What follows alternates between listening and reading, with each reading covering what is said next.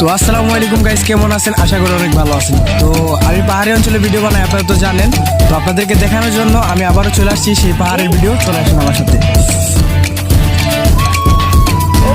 তো গাইস, আমি এই জায়গায় আমার একটা ভিডিওতে 12 মিলিয়ন ভিউজ গাইস, মানে বিশ্বাস করা যায় 12 মিলিয়ন।